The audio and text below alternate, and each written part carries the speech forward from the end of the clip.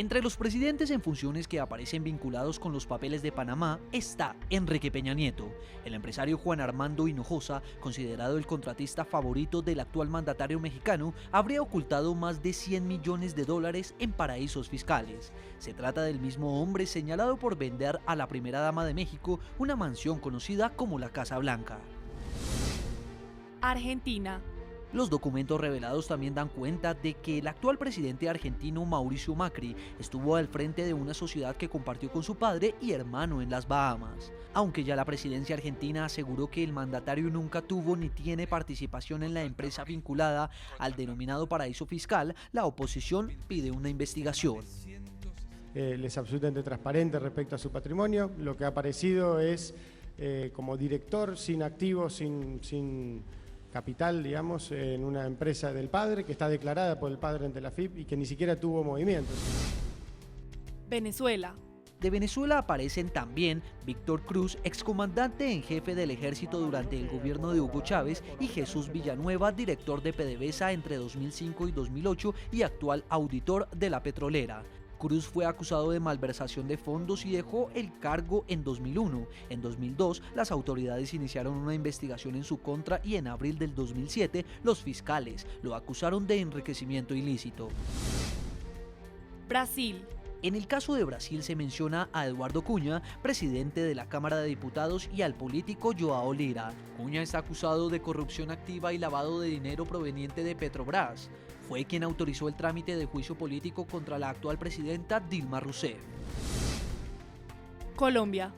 En los archivos aparece el nombre de Leo Eisenbahn, un empresario colombiano quien en 1995, año en el que usó los servicios de la compañía, figuraba como prófugo de la justicia de Estados Unidos por comprar aviones para el jefe del cartel de Medellín, Pablo Escobar. Otro de los involucrados es Carlos Gutiérrez Roballo, quien creó entre 2007 y 2014 una red de 12 compañías offshore en Panamá y las Islas Vírgenes. El empresario fue investigado por tráfico de influencias, pero la acusación no prosperó. Un colombiano más aparece en la lista. Es hijo del fallecido Víctor Carranza, conocido como el zar de las Esmeraldas. La publicación de estos documentos no implica que las personas que aparecen en ellos hayan actuado de manera ilegal, pero las investigaciones apenas comienzan y habrá que comprobar quiénes de estas personas utilizaron las compañías offshore para evadir sus compromisos tributarios, lo que sí sería ilegal. El mundo deportivo tampoco se escapó y el nombre del presidente de la UEFA, Michel Platini, y el jugador de fútbol Lionel Messi también hace parte de los documentos.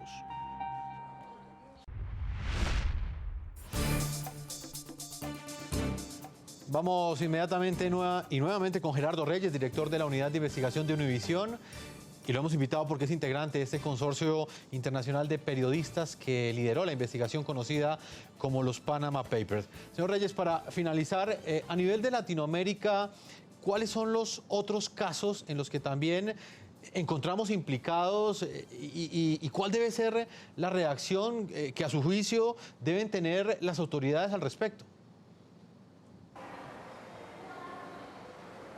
Bueno, yo creo que no tengo, pues aparte de ya las explicaciones que dio el presidente Macri de que esta sociedad no pertenecía a él, sino a otra persona, me entero que hoy ha renunciado el primer ministro de Islandia.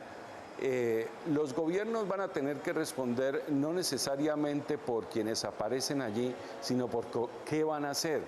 Y yo en ese punto soy un poco escéptico. Cuando hicimos una investigación similar, pero de menos documentos, al banco HSBC, salieron todas estas autoridades de impuestos diciendo vamos a abrir investigaciones, vamos a pedir explicaciones, a ver si estos señores pagaron impuestos o no por esas cuentas bancarias, y hasta el día de hoy no conozco ninguna sanción, ninguna determinación que hubiera puesto algún control o castigo a personas que estaban sacando dineros de nuestros países. Señor Alejandro Rebolledo, ¿usted qué opina? ¿Cree usted que va a haber una acción eficaz, una respuesta eficaz por parte de nuestros gobiernos del continente americano? Fíjate, mientras exista la doble moral política y la ceguera voluntaria por parte de empresarios, de bancos, cuando esos bancos se les sanciona, pagan una multa, el caso de HSBC, UBS, y siguen funcionando, no es posible que se haga lección, digamos, importante. Creo que ellos, más bien esos bancos, deberían quitarle la licencia. Son gente para que se pueda dar una lección a esos sujetos que lavan dinero, los traficantes de droga, y después simplemente pagan una multa. Yo creo que esta lección moral que ha dado todo este grupo de periodistas, que los países se han movido de una u otra forma, hay que insistir en esto permanentemente, porque la corrupción no tiene color político, la corrupción tiene aliados de turno, y hay que insistir para establecer que sí se pueden hacer negocios responsables y seguros, y que es posible tener una trayectoria en la vida limpia, de tal manera que nosotros debemos, hasta los últimos de nuestros días, construir un camino que sea posible para la transparencia de América Latina. Señor Rebolledo, hay un caso que también me parece importante resaltar, y es el que tiene que ver con esos venezolanos que de alguna manera, ante el temor que les representa que en cualquier momento el mismo gobierno o el mismo Estado chavista les confisque sus bienes o su dinero, utilizan estas figuras para sencillamente salvar su patrimonio. En este caso se puede dar esa situación. Por eso te digo, no todo el tiempo cuando se crean este tipo de empresas son acciones ilegales, sino que cuando, acuérdate que ¿qué es el lavado de dinero? Es cuando viene un dinero producto de las actividades ilícitas, cuando su origen es ilícito, y tú quieres darle una apariencia de lícita, y por eso te involucras en el sistema financiero y después eso lo transformas en casas, apartamentos, yates, aviones, y en ese tipo de cosas. Entonces, si tú, por eso hablamos aquí en el caso venezolano con el de los funcionarios. Si hay una declaración jurada de patrimonio y tú puedes justificar el origen de tu fondo, no tienes problema. Pero si tú nunca has podido tener ese dinero, sino cuando desarrollaste tu caso, es decir, tu origen de fondo es ilícito, y eso no va a tener problema con aquellas personas que han vendido o han tenido su apartamento o su casa o su terreno, y para salvaguardar su familia, dicen: yo voy a hacer una compañía y en el 100% de las acciones, si tengo 4 hijos, voy a poner el 25% a cada uno de mis hijos, por ejemplo. Entonces, no quiere decir que esto sea ilícito, sino cuando la delincuencia organizada penetra y la delincuencia organizada oculta al beneficiario final, hace posible que, sea la contaminación de todo el sistema y la contaminación, por supuesto, de los países. Y déjame decirte para concluir, en el mundo se lava dinero, en el mundo. En todos los países del mundo hay casos graves de lavado de dinero, solo que hay autoridades que de repente ponen un poquito más mano dura, han tenido que por sus lecciones duras aprender, pero tenemos que seguir insistiendo para tratar de combatirlo.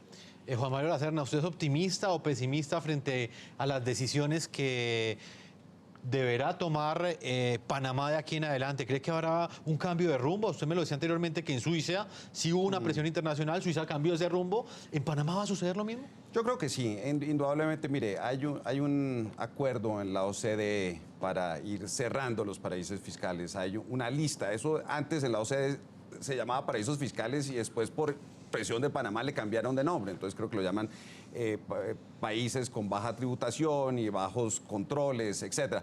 Pero indudablemente, como lo dijo hoy el presidente Obama y lo había dicho el presidente anterior norteamericano, esto se va a comenzar a cerrar y eventualmente la comunidad internacional no va a permitir que existan más paraísos fiscales. Eso va a tomar años y va a tomar muchas discusiones, pero ese es un movimiento que es fundamental para que los estados puedan sobrevivir y puedan financiar sus gastos y sus gastos sociales. ¿Eso favorece a Colombia en esa intención, en esa petición que ha hecho Panamá de firmar ese acuerdo de intercambio de información?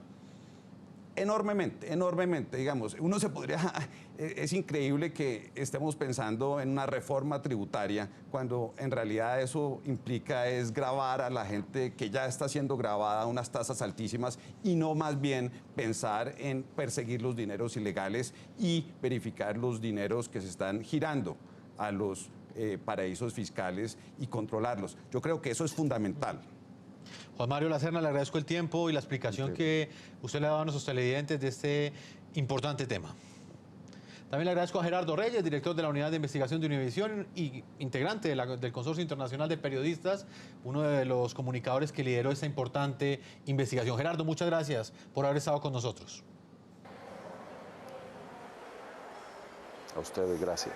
En Caracas, Venezuela, Alejandro Rebolleo, gracias también por haber estado con nosotros. Es fundador y director del Instituto de Altos Estudios Profesionales y conferencista internacional sobre prevención de lavado de dinero. Gracias por habernos entregado esa explicación en el programa La Noche. Gracias, seguimos a la orden. A todos nuestros televidentes hemos llegado a nuestra parte final. Yo los invito a que envíen sus comentarios en www.ntn24.com. Ahí aparecen las cuentas. En Twitter pueden escribir en @ntn24, @segurizati ntn24, @jefferson ntn24, @la noche ntn24. La Noche seguirá encendiendo las luces para que ustedes vean el punto clave de la noticia. Muy buenas noches.